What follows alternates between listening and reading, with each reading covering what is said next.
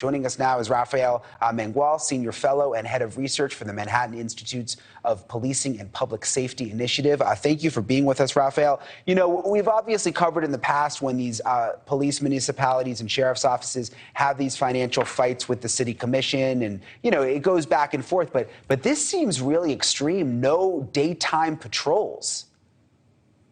Yeah, that's exactly right. I mean, this is probably one of the worst case outcomes that you'll see on this issue around the country. But, you know, unfortunately, it's not a unique example. I mean, there was a really big spread in the New York Times a couple years ago about how many of Alaska's counties were dealing with precisely the same thing because there were just so few cops per capita that huge swaths of that state were going essentially completely unpoliced for large parts of the day. And so, you know, unfortunately, what we're dealing with is, you know, a really national issue. I mean, across the country, police departments for the last several years have been consistently reporting significant challenges with respect to police recruitment and retention. And I don't think that that's a surprise, given all the scrutiny and demonization of that institution that you've seen really since 2014 with the death of Michael Brown and the subsequent riots as a result of that. And, you know, police officers are starting to sort of vote with their feet, right? They're choosing no longer to take the sort of risks with their career, with their, you know, physical bodies, given all the increase in assaults on police officers, and taking jobs in counties where they are much more likely to be paid significantly higher rates, and where they're much less likely to come into, you know, contact with serious criminals in situations that might lead to controversial uses of force. And that kind of risk minimization without some counter effort, I think, is going to really lead us to a bad place.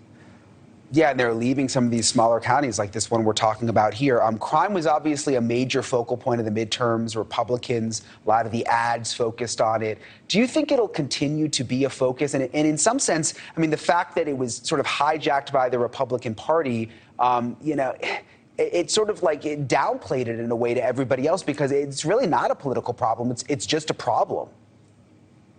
Yeah, it's a very large problem, but I do think it's going to continue to loom large in our nation's politics. And one of the reasons for that is because, especially post-2020, but certainly, you know, post-2014, the Democrats have really kind of embraced this brand as the party of criminal justice reform, as the party of decarceration, as the party of shrinking the footprint of policing.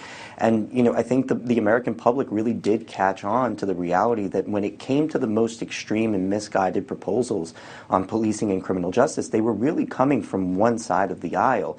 And I think Republicans were, you know, from a political standpoint, smart to capitalize on that. I mean, they have consistently, although, you know, not being entirely opposed to criminal justice reform as a party, did decide to brand themselves, I think, you know, rightly so, the sort of party of you know, more sensible policies on criminal justice reform, on issues like bail and incarceration, and certainly policing, at a time in which that institution was really embattled. And so I do think that dynamic is going to continue to hold. I mean, for the first time in a really long time, 11% of voters told exit pollers that crime was the single most important issue in casting their vote. I don't think that crime is registered at that level, certainly in the last decade. And so I also don't think it's a coincidence that 58% of those voters broke for the Republican Party versus 41% for Democrats.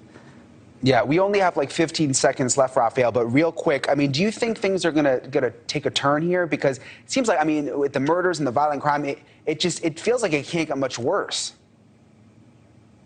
I mean, I hope so, but I'm not very hopeful. I don't think that it's very likely. Yeah, that's unfortunate. All we can do is hope. And I mean, it affects everybody. It doesn't matter whether you're Democrat or Republican. And you look at this county in California, I mean, to not have any police during the day, obviously a major problem. Rafael Mangual, thank you so much for coming on. Thank you for watching. Go to newsnationnow.com to find NewsNation on your cable provider. And don't forget to click the red subscribe button below to get more of NewsNation's fact-driven, unbiased coverage.